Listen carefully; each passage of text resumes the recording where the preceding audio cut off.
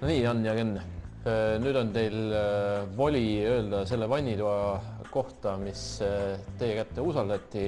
Kõik omanik on lubanud olla nii karm, kui te suvatsete olla.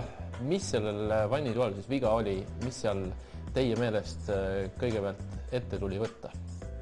No alustame funktsioonist või esteetikast.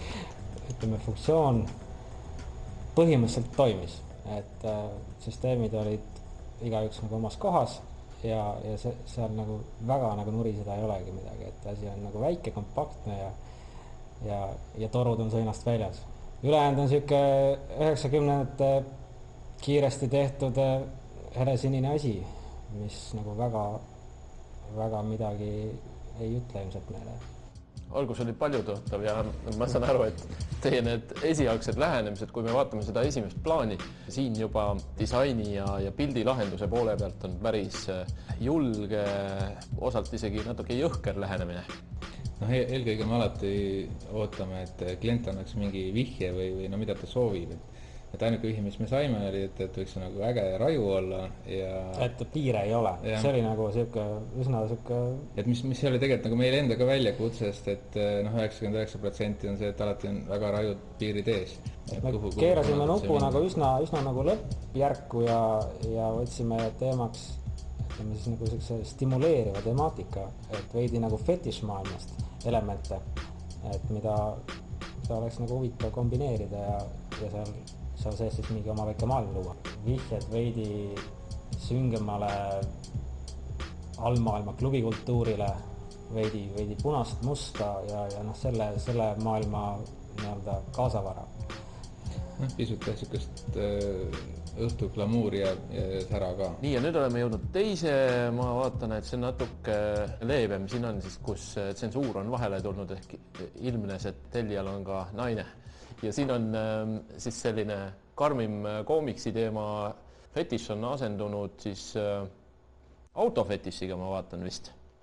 No auto on siin ka võib-olla üks tegelane, aga pigem on siin sellised üleüldiselt tuuningmaailma elemendid või jõujooned, et vormid on looklevad, on niisugust moodsat kolmnurkset geomeetriat, aga see ei olnud ka nüüd nii meelevaldne, et okei, teeme mingi auto teema, et võib-olla asi algas pigem sellest, et me leidsime nagu ikka väga kihvti peegli. Otsisime barokiletid läbi ja nii edasi, aga sealt ei leidnud niisugust nagu piisavalt jutukat.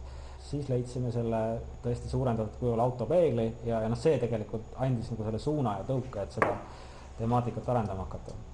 Ja natuke sai ka ilmselt sellest tõuget, et ülesandeks oli ka mitte siis teha uputatud vanni, vaid sisse ehitatud vanni, et mis oli meie jaoks ka täiesti uudne. Aga samas see hakkaski sealt see ergonoomika nagu tulema, et kui sa seal vannis istud, see vesi tuleb piisavalt kõrgele, et sa ei libiseks ära.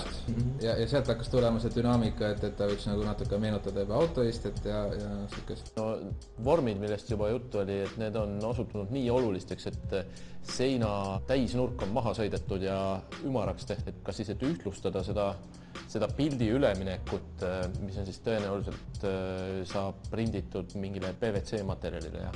Selle ümanurgaga on jah nii, et see toetab selle pildi dünaamikat, et pildil on 2 tahku ja et need siis ühtset motiivi võimalikult sujuvalt edasi annaks, siis me võimaldasime nurga ära.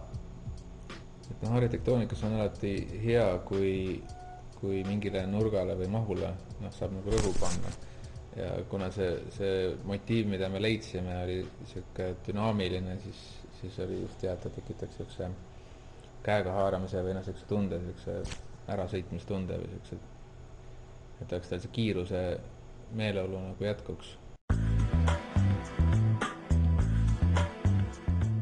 Selliste fetiš-teemadega siis olgu selle tõenduseks ka paar sellist avalikku ruumi.